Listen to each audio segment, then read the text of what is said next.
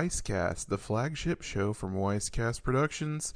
I'm your host, Aaron Weiss, alongside my co-host and wife, all caps, Erica J. Weiss.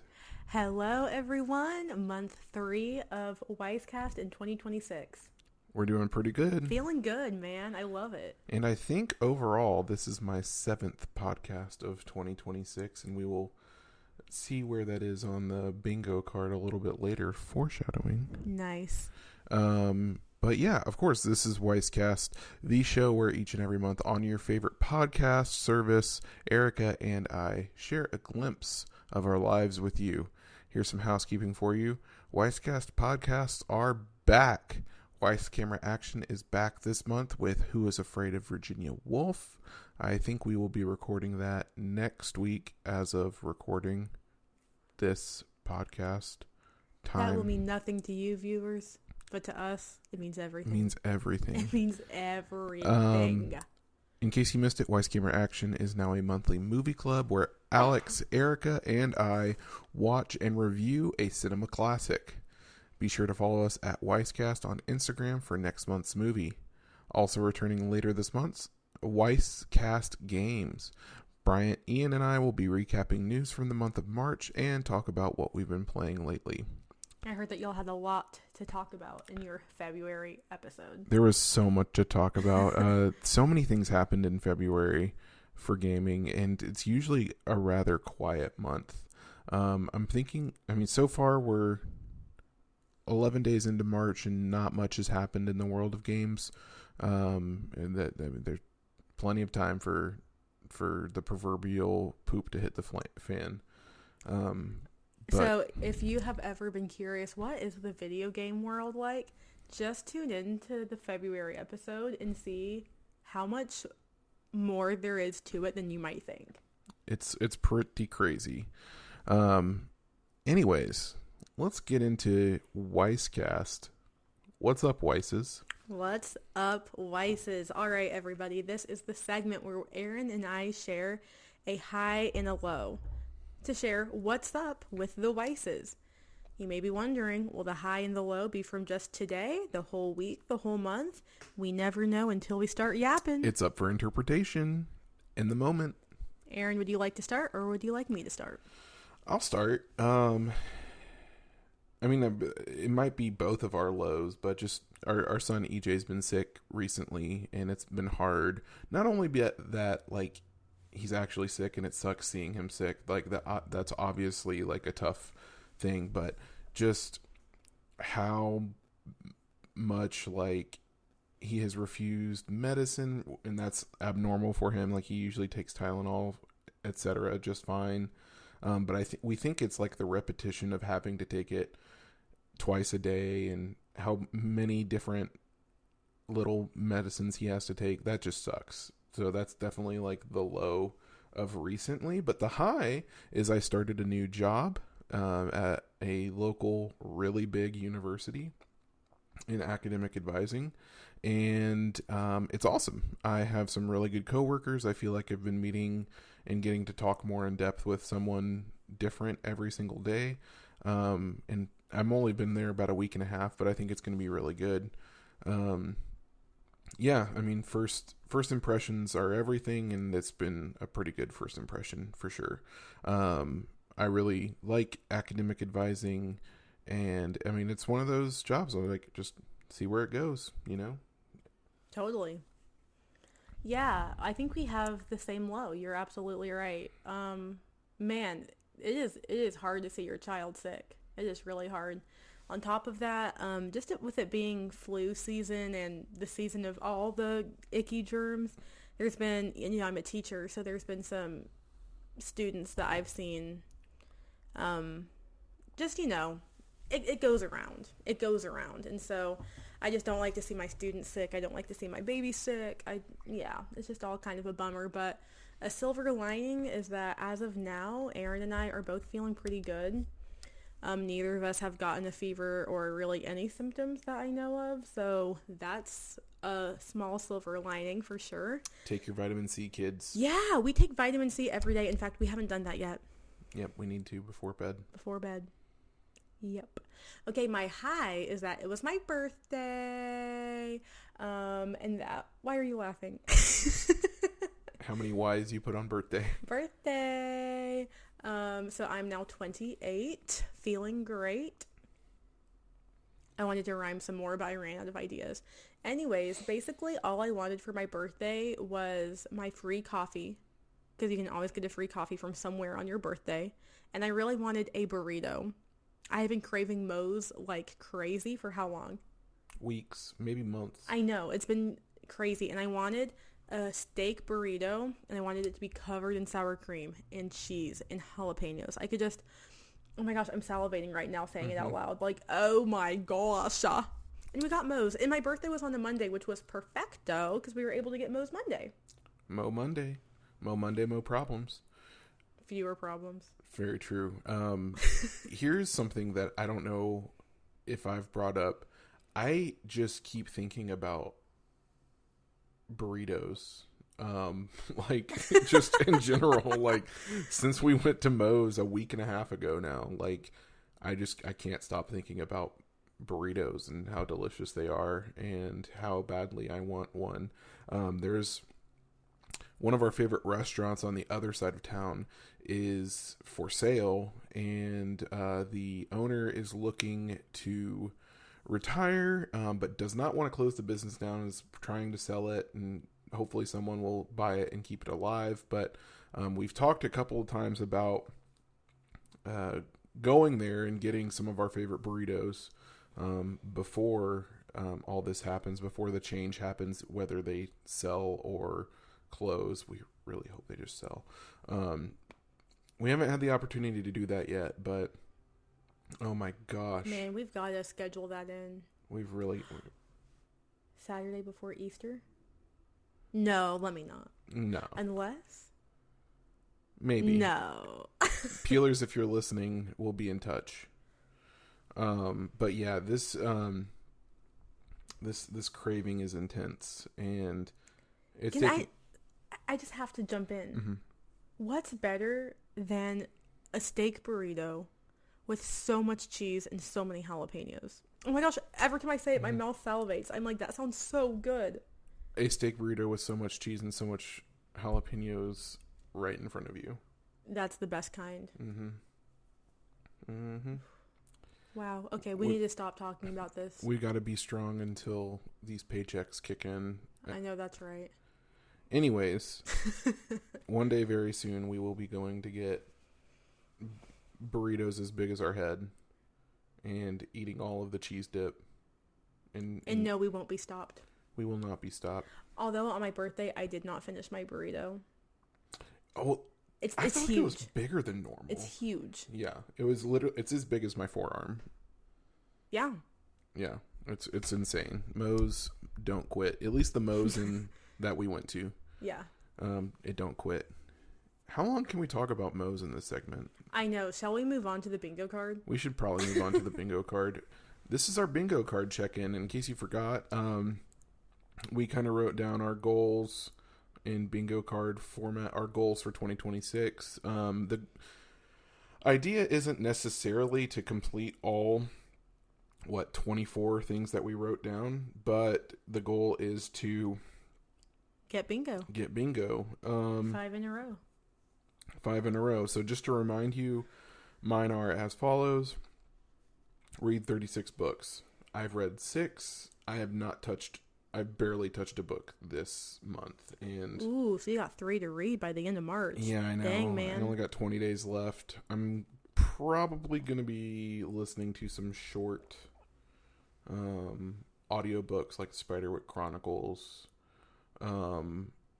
or reading graphic novels this month, because I just have not been in the mood to listen to books. Well, also, you started a new job at the very beginning of the month, and that has been taking up a lot of your brain space, and we've had a sick child this month, and that's been taking up the other half of your brain space. Yep. Like, yeah, getting into a book has been hard. I only have enough brain space for dumb podcasts. Ours isn't dumb. Ours is the smartest podcast on the air. But the podcasts that I listen to that aren't our podcasts are all dumb. But that's Anyways, sometimes what the brain needs. yep. Beat 12 video games. Since I started the year unemployed, I have beat 6 video games. Go to a jazz concert. I still, you know what? I don't even know where to look for a jazz concert, to be honest with you. I haven't looked super hard, but I guess I need to if I want to complete that goal. Watch 12 classic movies. I've already watched 2. Heyo. Watch 3 entire TV shows. I have no desire to watch TV. TV shows are just something that I don't care about that much right now outside of our normal food cooking shows. And boy howdy, are our food cooking shows on.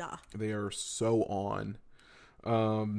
Bake once per month. I don't know if I've actually baked twice. I know I baked once for sure. The banana bread? The banana bread. Yeah. So, produce 12 podcast episodes. This is number 7. Heyo. Walk 100 miles. Let's see where I'm at in that. I have an app that's keeping track of my miles. Oh. Hit us with it. Okay, I said this last time, but I am kind of cheating. It's counting every step that I take. And I'm at 41 miles. That's awesome. I've done very few intentional walks, and I need to do more intentional walks. Maybe once I hit 50, I'll see if I can like pause this somehow and only count intentional walks for the rest of the 50. You can do that, yeah. Maybe that could be a good goal for maybe, I was going to say April, but April is usually when the pollen is the highest. Mm-hmm. Well, you could always do a treadmill walk.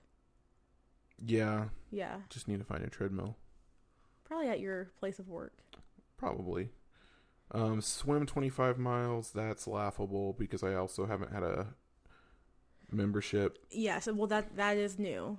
Last year we were really getting into like finding a great gym that has a great pool for Aaron because Aaron has been into swimming. We no longer have that. Mm-hmm. So Aaron being into swimming is kind of so 2025. Mm-hmm. Lose 100 pounds. I'm about where I was last time, but we have talked about some strategies to jumpstart that process of continuing to lose weight. Yeah, I've just been kind of stagnant for a little bit, but the good news is I haven't really gained anything, so that's great. Oh, absolutely. I mean, you've made great progress, so we want to give kudos for that. Try 2 new cuisines. Still haven't done that, but what kinds of cuisines, I wonder? You know, there is this Afghan restaurant not too far from where your parents live that we've passed a couple times on EJ Snooze Cruises that I want to try. And then I was also thinking maybe Native American. Period. Yeah. But, you know, I'm not completely married to either. Those just kind of jumped out to me when you asked. Travel to a new country. Kind of doubt that's happening this year. I mean, I know it's only March, but it's not in the cards, but you never know when you'll get a new deck of cards. Same with go to a new state. I mean, the states that I have left to go to are pretty much a flight away, and it would take a lot to like arrange that for this year. Cook 3 of my mom's recipes I haven't cooked before. I have cooked one. It was the more quote-unquote difficult version of Italian beef. Oh, yeah. And Erica really liked it. I thought I messed it up because she didn't know. I didn't know. I never got to try your mom's Italian beef, so you would know more than I would. But as the viewers have now learned, I love a steak burrito, and an Italian beef sandwich is not necessarily a steak burrito, but there's beef, and there's a carb around the beef. Mm-hmm. So can I really be mad at that? You can't. There's peppers. There's peppers. Okay. And there you have it. Want to go to the cabin 3 times. There's still room for that, actually. You know, there's plenty of 3-day weekends throughout the year. Yeah, that's still very possible. go to the beach. We were kind of talking about that yesterday, and if it's going to happen, it might be Christmas break, maybe. But otherwise, like, our more extended trips are spoken for, like, for their year. Yeah, I'm not so sure about a beach trip happening, but I could see us finding ourselves on a nice big lake. That would be great. Go Wait, what? run a mile. Think about it. A great lake. Oh, that would be great. Okay, I'm seeing the vision. Run 1 mile. I have not been trying this. I haven't. You've yet to attempt. Host 6 game nights / dinner parties. We've gotten 2 already. Yes, and that feels good for our small little place of residence. And we actually had a third plan, but had to reschedule because of EJ's sickness. Yeah. So yeah, we actually do need to follow up with those friends. Yes.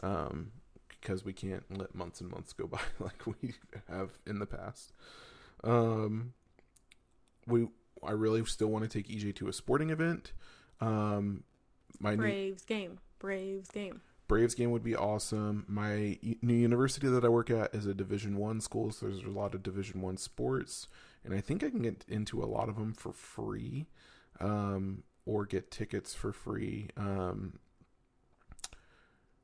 Yeah, I mean, that could be really cool. But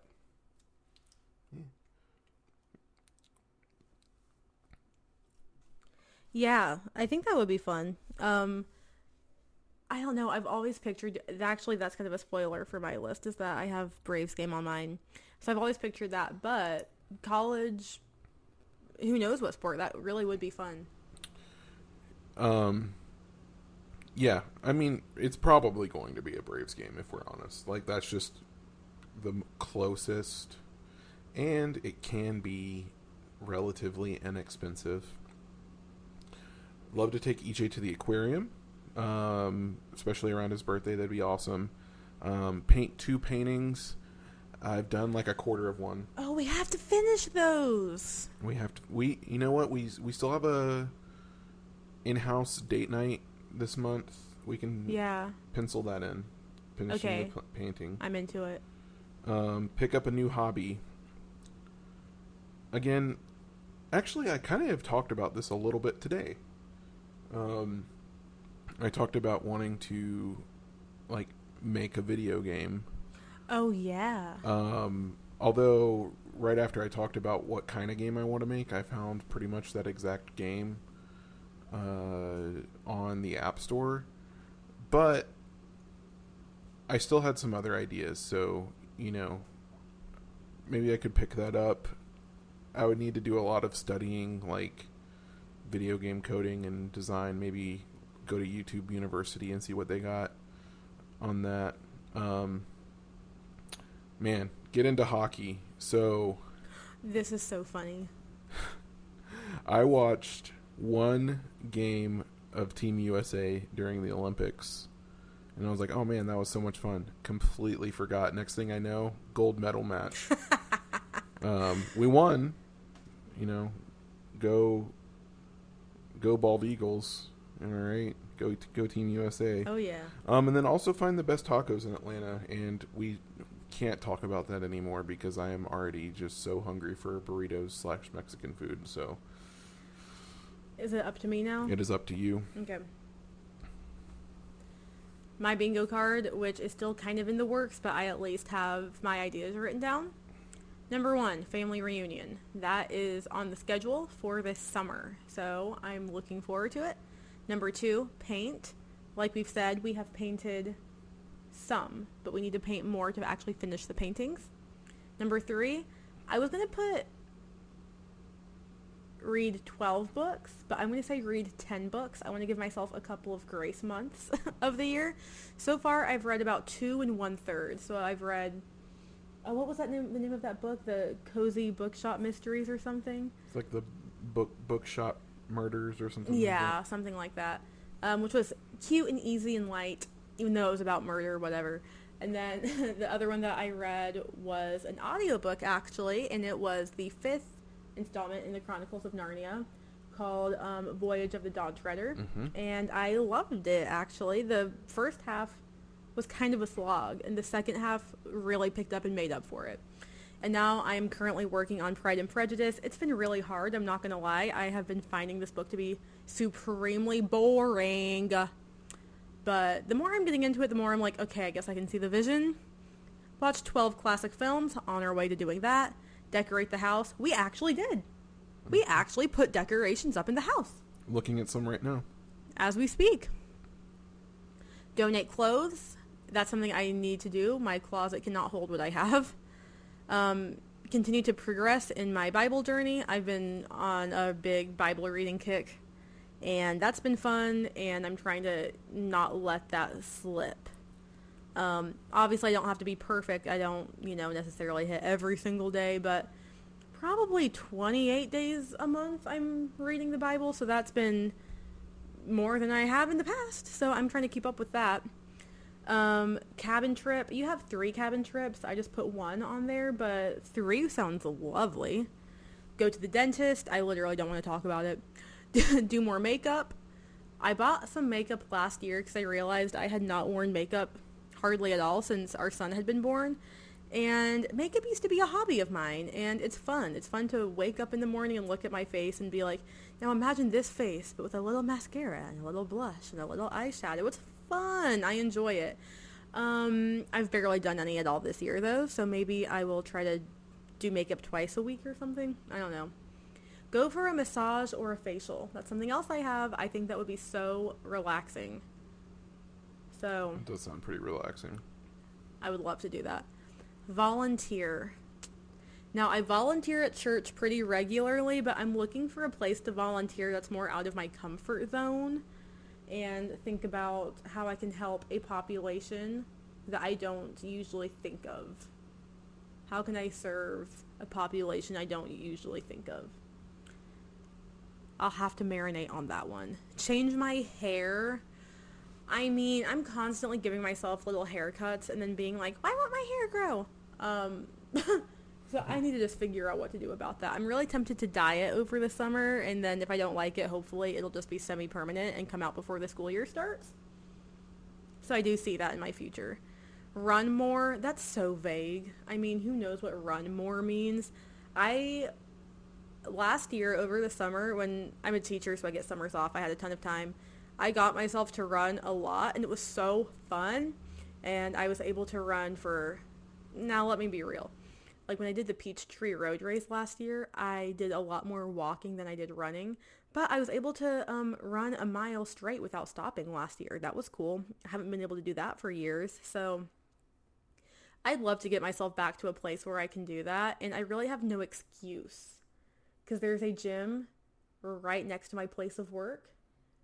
And I could easily stop by and run a mile and then come back to pick up my child very easily, and I just don't do it. So I need to get myself on that. Write poetry. I've been in my poetry junkyard. I basically have a notes app on my phone that's just my junkyard. Every time I get a quirky idea, I write it down. And I know if I ever want to write a poem, I have this junkyard full of like quirky, interesting one-liners or concepts that I can pull from. So there's nothing stopping me. I just need to sit down and write something. Fondue date. If you're down. I mean, it'll probably happen at our anniversary. God, I hope. Get good at cooking steak. Let me shut up about steak on this podcast, but that is actually a goal of mine. I want to make a good steak. Discover new music. Actually check, because I did not know Olivia Dean before the Grammys, and I've been really into her since the Grammys. She's good. Oh my goodness, she's really good. Family Braves game. We already yapped about that. Make new friends. Last year we actually made new friends, and I kind of didn't think that we would at church. Oh yeah. And so I want to try again this year. I want to make new friends all the time. That's so fun. Okay, learn a piece on the viola. I wanted to do that last year and didn't, so I'm just recycling it for this year. Social media monthly detox. Okay, so we are observing Lent this year, and we're not super on social media right now, and I'm like, ooh, my brain is probably a lot better off that I'm not super plugged into like absentmindedly scrolling on Instagram Reels or YouTube Shorts or whatever. So I'm thinking about how can I keep up with this new rhythm without Lent happening. Mm-hmm. Like, it's not going to be Lent all year, so I need to just marinate on that. And then journal more, which I have been doing for sure. I've been journaling way more, so that's good. And that's all I have on my list. Well, that's great. Yeah, I'm glad that we've got the list now. I remember last episode you were talking about how you were like, oh man, Aaron's got his list, I don't have mine. And I know, and I said that in the January episode too. But we didn't make it 3 episodes before she got her list. And you know what? Part of my bingo card should honestly be make my bingo card. Yep. Yeah. Hers is more in list form. Even though I read mine in list form, I did read it off an actual bingo card. But enough about bingo cards, because we have spent quite a lot of time on this. Let us get into the topic of our show, which is our top 5 music albums of all time. So we're going to do this like kind of back and forth. Eric is going to talk about one of hers, then I'll talk about one of mine, so on and so forth. And then after we've gotten through each of our 5 albums, we are going to talk about our top 5 albums as a couple. So like ones that really resonate with both of us and that we can agree, oh, this is definitely one of our albums. We did not limit it to one per artist per se. I don't know if either of us have any repeating artists, but I'm just saying we didn't limit it like that. And yeah, so without further ado, Erica, what is one of your top 5 albums of all time? Also, it might be worth saying that, at least for me, they're not in a particular order. So I do have a top 2. Okay. But I'm not going to start with that. I'll end with that. Mm-hmm. I'm going to actually start with my outlier. All of my albums are from the 2000s, even from the year, I mean the 2010s and 2020s. So I should say that. This is my outlier, which is from not the 2000s. It's a Beatles album, and it is Sgt. Pepper's Lonely Hearts Club Band. It's a mouthful. This to me is my childhood album. My favorite song on this album is Lucy in the Sky with Diamonds, and I have referenced that as my favorite Beatles song for a long time. This is the only album I'm going to talk about that like makes it sound like I listen to like what's considered like quote unquote good music. You know what I mean? Like the rest of this is like more poppy, whatever. No, that's not true. Let me not, because I have Grammy nominated albums on here. So True. and Grammy winning albums on here. So I take it back. This one, it's the outlier because it's older. It's more, I guess I'll say distinguished. I'll say that. And yeah, it's such a good album. I mean, going straight from that intro track, the Sgt. Pepper's like title track into A Little Help for My Friends. Oh, yeah. There's just something about that transition that's like great. So, and something that we've talked about off mic was it is wild that none of the songs from Sgt. Pepper's are on the Beatles like #1 album, which is like their greatest hits, all the songs that went #1.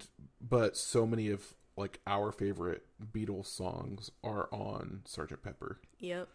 I mean, yeah, you already talked about Lucy in the Sky, Sgt. Pepper's Lonely Hearts Club Band, and I Get By With a Little Help from, like, those are all A Day in the Life, I'm Fixing a Hole. I mean, there's a lot on there. Right. I mean, especially the 3 that I mentioned, like, it's shocking that not one of them went #1. Like, not a single one of those. Yeah, like, that's odd. But it's an incredible album, incredible choice. I don't know if I've ever told this to you. So when my mom was the music teacher at my school, of course we had to do like a music production. I don't remember exactly what the occasion was. It could have been Grandparents' Day, but we actually did Sgt. Pepper's Lonely Hearts Club Band. Yo! Mm-hmm. Your mom put that on? Yeah. That's amazing. Mm-hmm.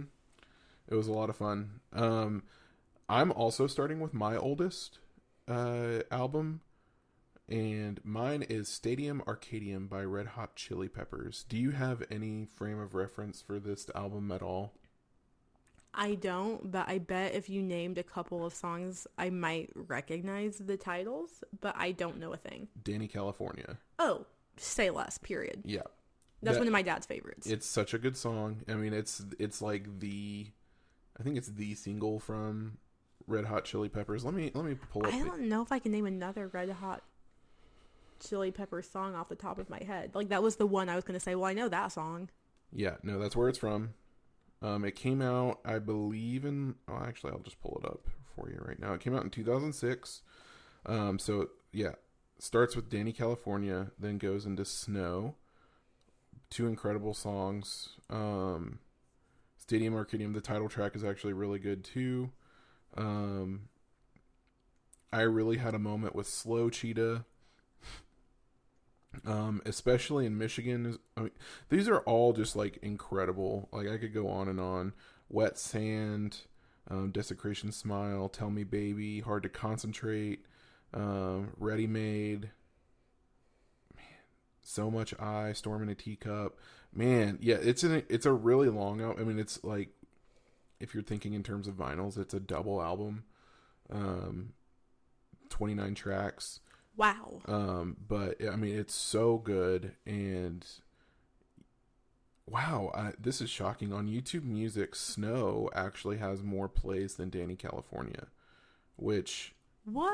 Danny California is the lead single, #1 on the album, and I mean it's everywhere. Like, I mean, oh, you could not turn on the radio without hearing it. Yeah, it's such a good song. And I probably really heavily associate this with Alex. I know for sure he got the physical CD, and I probably ripped it to my iTunes and put it on my iPod Mini.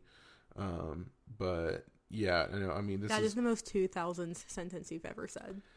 I miss iPods. That is a completely different podcast about how I want to go back to 2009 technology. Ooh, we could do an episode about that. Jot that down. Penelope. You got that? Penelope's our producer.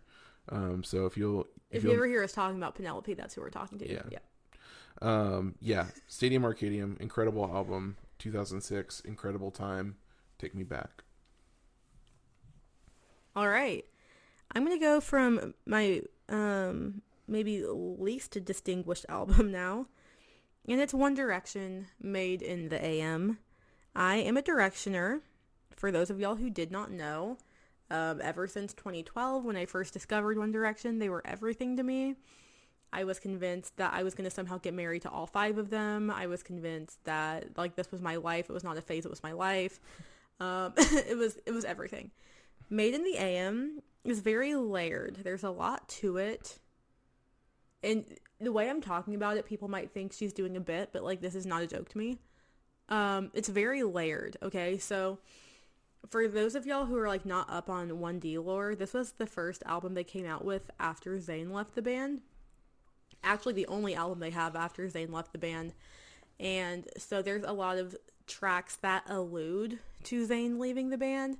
And none of them are, like, bashing Zayn whatsoever. It's more so just, like, we know that because Zayn left, the band is probably going to end, and we're going to miss Zayn, we're going to miss the band, and all that kind of stuff.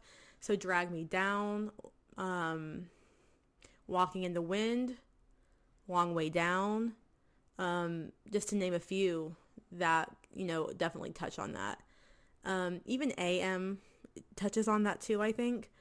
And I want to also be a little bit delicate talking about it because One Direction experienced a tragedy. A couple years ago, Liam, one of the members, passed away. And so, like, it's, when I say, like, it's not a joke, it's life. Like, that's actually, like, more true than I'm giving it credit for. But, yeah, there's some songs that you can listen to it now with kind of a different tragic lens with, the hindsight of what happened a couple years ago. So, anyways, it's an album that's, like, emotional, it's beautiful, I love the album. Ever since the day it came out, I was like, this is the best thing I've ever heard. Something that's cool about it is that Zayn was always the best vocalist in the band, so not having him there kind of forced the other four to step up. And they really stepped up. I mean, Harry was doing vocal runs I didn't know he could do. Louis was hitting high notes I didn't know he could hit. Liam was doing all the harmonies. Niall was crushing it. They were all crushing it. So I just have a lot of love for this album. It's not a joke. It's my life. I don't know what else to say. It's a great album, and some of you may or may not know that I dabbled in being a directioner even before meeting Erica. I wasn't necessarily calling myself that, but I did enjoy the music. I didn't keep up with it, but Midnight Memories is one of I really loved it when it came out. Have some deep cut favorites on that album I won't go into. Can I say actually really quick, when I first was telling Aaron about my love for One Direction when we were first dating, oh, what's your favorite One Direction song? I'm thinking he's going to say What Makes You Beautiful or Story of My Life or something basic that everyone knows. And he goes, probably either Happily or Through the Dark. Huh? You have to know One Direction to know those songs. And then I was like, I'm going to marry him. They're incredible songs. They really are incredible songs. They are. That's yet again a different podcast, just like us defending One Direction. Give me a mic and I won't shut up. But no, it's an incredible album, and one, of the three albums we've mentioned, we don't own any of these on vinyl. Which is a crime. It's a crime. Because we love putting on a record. We do. But I'll go to my next one, and that's actually, I would say Babel, but they in the album say Babel, and it's Mumford & Sons. Some people like to dunk on Mumford & Sons. This album is just so good. The lead single Babel is incredible. It's pretty much a no skip album.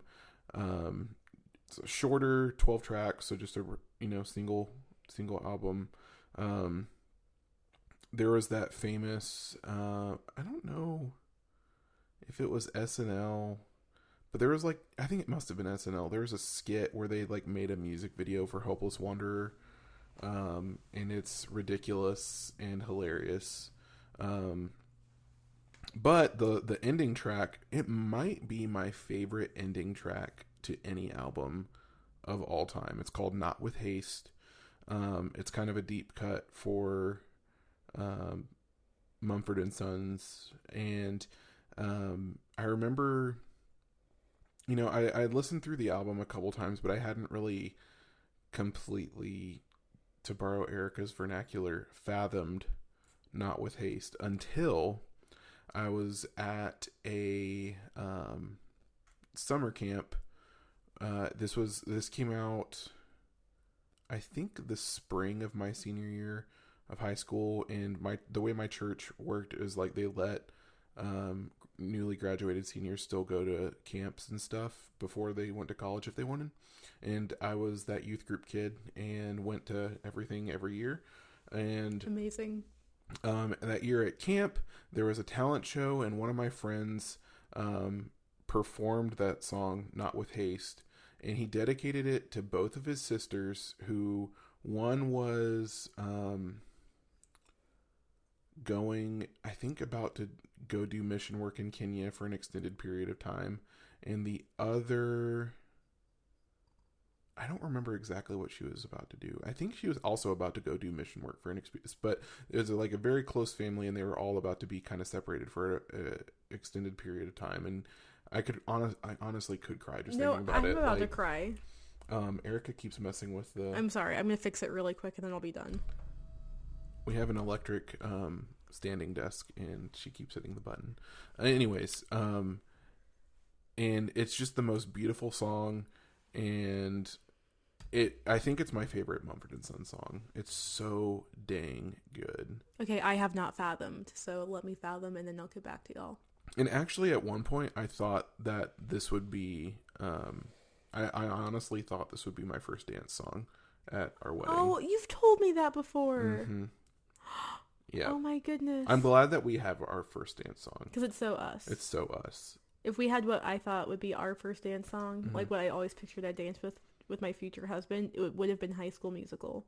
So praise God that didn't happen. Praise God. Well, we went to Jonas Brothers, which is kind of like a couple degrees off of High School Musical, but we both love Jonas Brothers. Yeah, it was so iconic. All right, Erica, next. All right, I'm going to go with a band a lot of people do not know. This is my only band I'm going to say that a lot of people haven't heard of. Every other band I'm going to say is very, very famous. They're called Wet, and the album is Still Run. We love Kelly Wet. Kelly, her last name starts with a Z. I'm not going to try to pronounce it in this household. We call her Kelly Wet. She's wonderful. In this album, the opening lyric of the opening track is, "I want to go where the sun is shining and no one knows my name."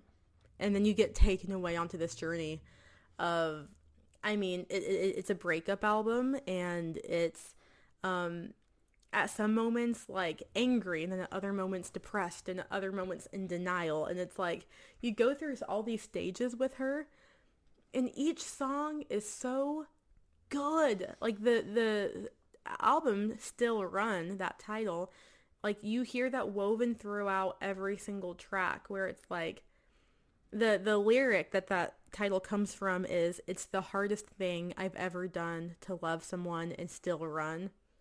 I mean, that's a beautiful lyric.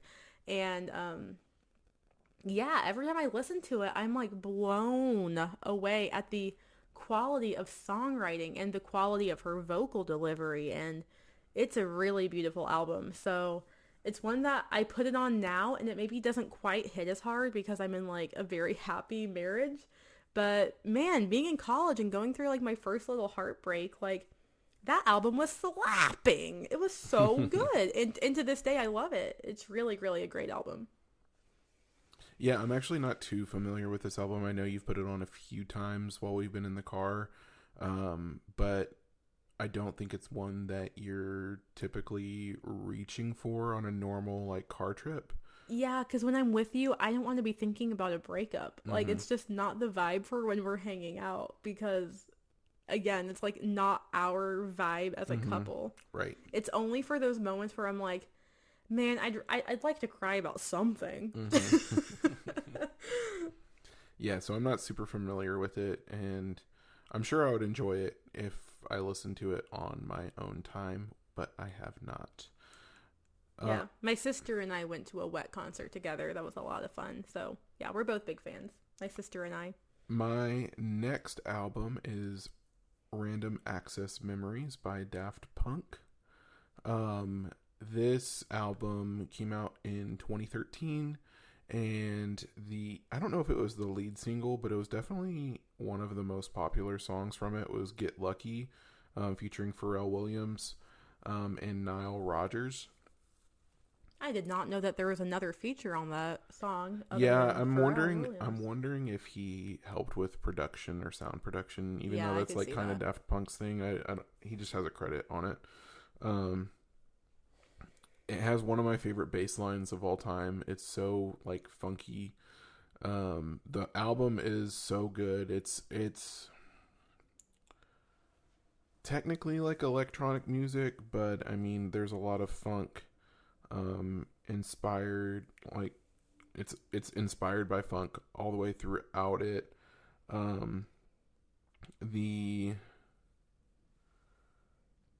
It's one of the, I mean, all of these albums that we've mentioned are essentially like no skip albums, right? And this is for sure that. This is the first one that we've talked about that we do own on vinyl. Erica got it for me for a present a few years ago. We have the artwork from the album framed. It's so iconic. It's both the Daft Punk helmets kind of smashed into one, and it just has Random Access Memories in cursive written across it. And it's such a simple album art, but it's so good. And yeah, it's really great album. It's not one that I reach for a ton again. I kind of have to be in the mood for it, but I do listen to Get Lucky still pretty frequently. Yeah, you've only played this album for me once. And I remember liking it, but definitely thinking it was more your style than my style. Yeah. Um, I don't know if you know this, but Swifties, if there's any Swifties listening, they definitely are familiar with Random Access Memories because the year that Taylor Swift's album Red was nominated for Record of the Year, no, Album of the Year at the Grammys, it lost to Random Access Memories. Heck yeah, I did. But when the announcer was saying who won the Grammy, he kind of dragged out the R, so it was like Random Access Memories, and you can see on camera Taylor Swift jumping up thinking she won and that they were about to say red. So that's kind of a little Swiftie lore for you. Speaking of Swiftie lore, my next album I'm going to talk about, we're now in my top 2, is Folklore by Taylor Swift. This one is definitely my number 2 favorite album of all time. We do have this one on vinyl. If I wanted to tell you like the highlights from the album, I would probably tell you 12 out of the 17 songs are my favorite, and then the other 5 are like also really good. Like it's so hard for me to say, well, this one's my favorite. I would say it's Peace, but it's also Mirror Ball, but it's also Invisible String, but it's also Seven, but it's also Exile. Like I could go on and on and on, and I would sound like a crazy person. This album is perfect. I remember the day it came out, it was in the middle of COVID lockdown. And I was like, oh, Taylor Swift came out with an album. That's random. Let me put it on. And I just heard those opening piano chords of The One. And I was like, oh, this is different. And then she starts singing. She's spitting bars. And I'm like, I can't believe this is happening to me right now. This is my new favorite Taylor Swift song. This is one of my new favorite songs ever written. I love this so much. And then Cardigan started playing. And I had the same reaction. And then the next track, and then the next track. And I was like, what's happening? Every track was perfect. It was crazy. I still sometimes can't believe it. It's such a good album. It's such an incredible album. And it's also, like, if we weren't limited to just our 5, this would probably be number 6 for me. Like, it is so good. I wasn't as familiar with it before we got together, but we also got together shortly after it came out. So yeah, I think it's a July 2020 album, and then we met September, got together in October 2020. Yeah. So like, still pretty early in its life cycle. Like I became very familiar with it quickly. Yeah, I mean it's incredible. It has like the toppest of top tier Taylor Swift storytelling throughout it. Pretty much, like most of my top Taylor Swift favorite songs are on this album. And I mean, there's a reason we own it. Like it's incredible. We both love it. And it's fun to put on. Like I will say probably 30 to 40% of the time, if we get in the car and we want to put on music, there's that 30 to 40% chance that it's going to be this album. Oh, whenever I'm in the car and I'm like, I don't know what I'm in the mood for, I just put on Folklore and I start driving. Mm-hmm. Like that happens to me so often. Yeah. This album is in my top on like my Spotify Wrapped every year, or YouTube Wrapped, whatever. Mm-hmm. Yeah, it's incredible. And again, we could probably make another podcast like ranking the songs from it. That would be fun. Got some ideas. My next album is actually kind of unique for it's not really like it's an official movie soundtrack. It's the Black Panther the album, music from and inspired by the movie. So Kendrick Lamar did a lot of the songs, a lot of the music for the Black Panther movie back in 2018, but he also came out with a whole album based around it. And actually, if you listen to the songs, it is just the story of the movie in song form. And it's really, really good. Of course, the title track is incredible. All the Stars is probably the most famous one from it because it was actually the end credits theme for the movie. My personal favorite is probably King's Dead. X is really good. The Ways is really good. I mean, it's another no skip, essentially. I jokingly say, and I don't know how jokingly it is because it actually might be true, this is my album of the year 2018 and 2019. This is another one that we do not own, but if I ever see it on vinyl, like when we're at the store, or we don't really go to record stores, so it'd have to be like... But at like a secondhand bookstore, Mm-hmm. the vinyl section sometimes has some hidden gems. Yeah, and I would snatch this up. It's a really incredible album, and you know, I don't know if people cite it among Kendrick's best, because I mean, the year before he came out with Damn, which a lot of people do cite as his best album. But this was an incredible follow-up, a really quick follow-up. I'm sure he worked on it around the same time as Damn. But yeah, it's an incredible album. And if you haven't noticed, each of my top albums, this was not intentional. Each of my top albums has been a different genre. Oh, I've noticed. Your music taste is much more diverse than mine. I love different kinds of music, and something that I cite as my favorite genre a lot of the time, which is pop punk. None of my favorite albums are pop punk. Yeah, that's funny. I haven't heard a no skip pop punk album. Oh, yeah. That's a good point. But there's so many like individual songs that I just love, and I have like a playlist of my favorites, and yeah, I mean, someone come out with a no skip pop punk album and you'll crack my top 5. You might crack number 1. Who knows? Who knows? Well, speaking of number 1, I have 2 words for you. Lord Melodrama. That's it. That's all I have to say. No, I'm kidding. I have plenty to say. This album to me did not clock to me when it first came out. This is Lord's second album following Pure Heroin. Pure Heroin has Royals, Tennis Courts, Team, Ribs, some like very iconic Lord songs. And I don't know, Melodrama just seemed a little bit different, a little bit quirky. And then it finally clicked probably when I was about 19, and Lord in the album is famously 19 and on fire, which is one of my favorite lyrics from that album.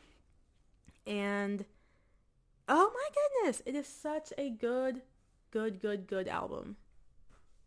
I don't even know what to say about it. So if I wanted to say highlights, it's very similar to me from Folklore. I can't even tell you the highlights because my favorite song from it is Green Light, which is the single. But also I need to give a shout out to Supercut. But then I'm also like, okay, but Rider in the Dark. Okay, but also Perfect Places. Okay, but also Sober, The Louvre. Like every single track, I like think of it and I'm like, well, I have to give that one a shout out too.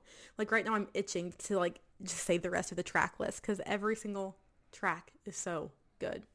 This is also a breakup album. However, it's much more easy to reach for and just put it on because it's masked by... Like Still Run by Wet is a breakup album and you can't escape it. Like each song is so blatantly about that and it's like a sad sounding album. Whereas Melodrama is masked by being an album about a house party. Mm-hmm. And it's just like, we're having fun. I'm young and I'm free and I'm out with my friends. But if you actually listen to the lyrics, it is about a breakup. Mm-hmm. So that's really cool that she kind of... The album concept is house party, but the album meaning is breakup. It's very, very well done. And I think that it should have won Grammys. It should be as highly regarded as Pure Heroin, if not more highly regarded. And I think it's a shame that Pure Heroin won the Grammys and Melodrama didn't. But Melodrama, I'll always love you, girl. It's a really great album. Again, I wasn't super familiar with the full album before Erica and I got together. I knew Green Light. and I think Supercut. Yeah, those were I think the two singles. Liability was also a single, but that song is very sad.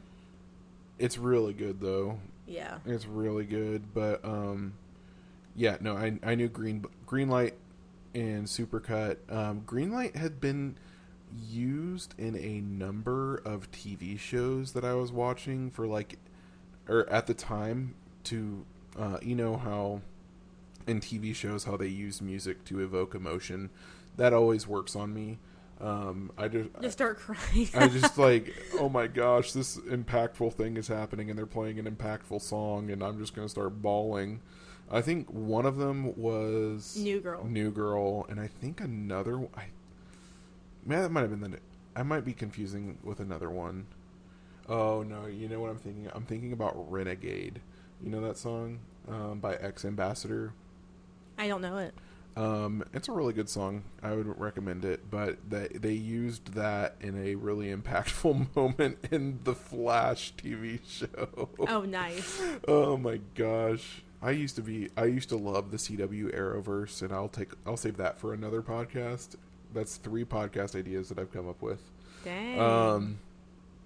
Yeah, but when a needle drops on a TV show or a movie, I like if it's supposed to be like not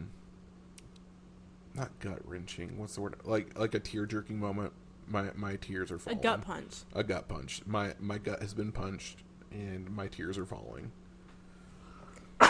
Just Greenlight in general it's so emotionally evocative. Mm-hmm. Like, I'm waiting for it, that green light, I want it. Honey, I'll come get my things, but I can't let go. Yep.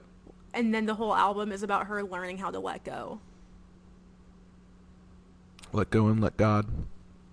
And that's on period. My next album is my newest favorite album of my top 5. My album, or the way my albums went, was in order from oldest to newest. I didn't necessarily have like a particular order because any day of the week these could be my favorite album.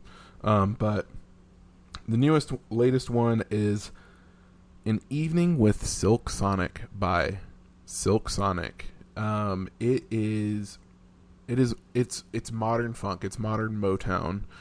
It is Bruno Mars and Anderson .Paak just having a lot of fun in the studio, recording an incredible album with no skips. It is a great time, and they have one other song that came out besides this album. It's called Love's Train. But I mean, the album An Evening with Silk Sonic is incredible. This is another one that we do own on vinyl. I might have gotten this one as a present as well. I'll put this on pretty regularly. It's just so good.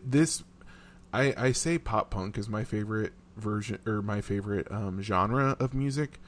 That like kind of 70s funky Motown, like that might actually be my favorite genre. Like I love Michael Jackson and the Jackson 5 and like those kind of vibes.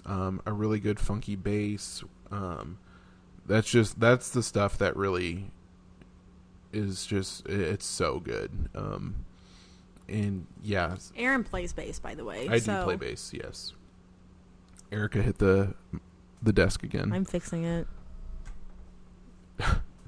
Now that we've gone over our top 5 albums individually, we need to figure out what our top 5 albums are as a couple. This is a conversation we've had in the past, but we did not actually write anything down. So this will be interesting to see what we come up with here. If I remember correctly, when last time we talked about this off mic, we talked about putting Reputation by Taylor Swift has to be on there. Yes. But also so does Midnight's. But so does Midnight's. And Reputation is my personal... Rep and Folklore for you. They're tied for my favorite Taylor Swift album. They would both be number 6 on my list. Reputation to me is close to no skips. I know there's one song that we skip when we're listening to it together. Yeah. But for me, it's pretty much no skips. A lyric that is constantly in my head is, "We'll move to an island and he can be my jailer, burnt into this tailor. Every love I've known in comparison is a failure." How often do I just start saying that? How often do I just say, "Are you ready for it?"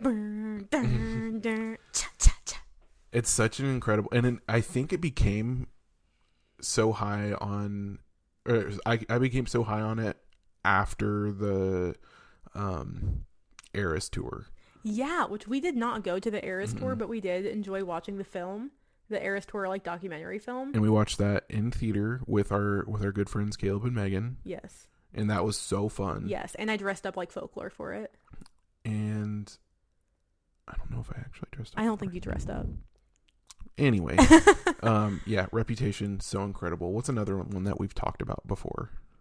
Okay, so Rep and Midnights. Shall we talk about Midnights? Yeah, let's talk about bit? Midnights. We got to talk about Midnights. Midnights was the first Taylor Swift album that came out after we were together. Well, a couple Taylor's versions actually came out. Mm-hmm. Red TV came out before that. Yeah, which that was a moment for sure. But Midnights was the first like original album, I should say. Yeah. And so we got really into like the promo for the album. She was doing this thing called Midnight's Mayhem, or no, Mayhem at Midnight. It was something like that, where at midnight she would reveal another track title. And she had like this bingo thing, like, what do you call it, like a bingo spinner, and like a ball with a number comes out on it. So for like when the 13 came out, she would reveal track 13. When the 4 came out, she'd reveal track 4, etc. And we would get so into that and wake up in the morning and be like, did she release a Mayhem at Midnight or whatever? And we just enjoyed that so much. And then the album came out and it did not disappoint.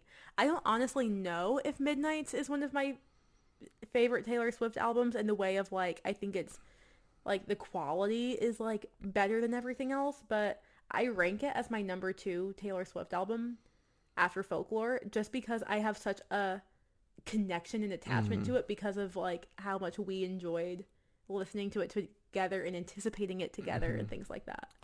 Yeah, I'll never forget waking up the morning that it came out and we're like, it's out. And I spoke to our Google Home and said, play Midnights. And then that opening of Lavender Haze. Boom, boom, boom. Meet me at midnight. And we were like, all right, sold. We're in. So good. We do own this one on vinyl, and it is so much fun to put. We actually figured out the first time that we put it on our record player, it sounds so much better in vinyl, and songs that we previously cited as that we didn't like that much, we like better now that we've heard it on vinyl. So Snow on the Beach and Labyrinth have always been skips for us, but we actually will let that spin on vinyl because you hear so many more production elements. Even tracks that we previously already loved, like Bejeweled, sounds so much better on vinyl. Yep. It's such a great album. Maroon sounds so good on vinyl. Yes, it does. If you do not own a record player and the record Midnights, go get both right now. It. That is your first purchase. Stop listening to this podcast and go do that right now. You will not be disappointed. Let's see. Another one. Okay. Having from the beginning, like we were in from the initial notes, Harry's House. Harry's House has got to be on the list. No, this is actually Aaron was doing like premonition prophecy moment. As soon as he heard the ba da da da da of Music for a Sushi Restaurant, which is the opening track, Aaron looked at me and said, "This is going to win Album of the Year at the Grammys." And then it did. That's actually mostly true. It was right after the little intro once the bass line started. So like 1 second after you were just talking. Okay, got it. Oh yeah, I can't even do the bass line. I bet you could. I can't think of it off the top of my head. I obviously like I can't do it. I'm like not a bassist. I can't pick it up. I heard it and I was like, my lord, this is going to win Album of the Year. And we were 10 seconds into the song. It's incredible. Again, very few to no skips. we listened to the whole thing on vinyl. We Yes. do own it on vinyl. There's maybe a couple tracks on side B that we don't always vibe with. Boyfriends. Yeah, I sometimes need to skip that. we kind of love to make fun of boyfriends. Yeah. Um, If I'm with you, we'll listen so we can make fun of it. If I'm by myself, I'm skipping it. yeah. But it's an incredible album. Definitely deserved its accolades. Oh, absolutely. And for all the people who are saying that he did not deserve it, I disagree. If you think Beyonce deserved it, well, yes, she's Beyonce. Of course she deserved Album of the Year. But that doesn't mean Harry Styles couldn't also deserve it. And then Beyonce did win with Cowboy Carter. So Which was a slay. better album anyways. In my opinion, I agree, actually. So there you have it. Yeah. Anyways, yeah, the Harry's House is so good. I mean, it was his third album, and after an incredible first two albums, really, like, you just really see how much he progressed over the albums, even. And we won't talk about his latest release, which we both do not like. There's a few songs on the new album that I do like, but overall, I would definitely declare Kiss All the Time, Disco Occasionally as my least favorite Harry Styles album. And if I even included all 5 One Direction albums, it's still my least favorite. Yeah, and that's saying something. Yeah, 4 Harry Styles solo projects, 5 One Direction albums, Kiss All the Time is number 9. With a bullet. All right, so we've gotten, what, is that 3? That's 3. That is 3. And, ooh, can I say something interesting? An album that we've already referenced? Say it. Beatles 1. It has to be on there. And this is actually the one on the list. Well, I should say the first one on the list, because I think the next one that we're going to talk about is also like this. We both really enjoyed that way before we met. It was both very important childhood album way before we met. And I owned it on CD. I got it for Christmas one year. I think I got it with like my boombox when it was like 2002. That is so precious. And I loved that album. And once I got an iPod Mini, of course, I ripped it on iTunes and put it on my iPod. But a few years ago, I got it as a present on vinyl, and we play that all the time. That's one for vinyl where you don't know what you want to put on to like please a crowd. You put on that. Mm-hmm. Everyone is going to hear Yellow Submarine or Hey Jude or whatever, Love Me Do, and be like, oh, Beatles. Yeah, chances are they're going to hear their favorite Beatles song. Exactly. And like we already talked about in Erica's favorite, they did not include any Sgt. Pepper's, which is a shame, but Sgt. Pepper's is my favorite Beatles album, but I've recently come to the conclusion that my favorite Beatles song of all time might not be Lucy in the Sky. It might be Penny Lane. And Penny Lane is on 1. Penny Lane is so good. Oh my gosh. And of course, Beatles 1. It's number 1 on the charts, like every one of those songs. So naturally, it's no skips. Right. Every song on there is also famous. There's not a single song that comes on where you're like, wait, what is this? Maybe the one with Yoko Ono, honestly. Sometimes that comes on and I'm like, what am I listening to? Oh my gosh, Yoko. And that's no shade to her. No shade. I love you, Yoko Ono. I love when I used to see your tweets come up on Twitter. I love everything about you. It's just more like that song was not relevant to my life in any capacity at any stage. Yoko Ono, if you ever hear this, please email us and we'll get you on the pod. Yeah.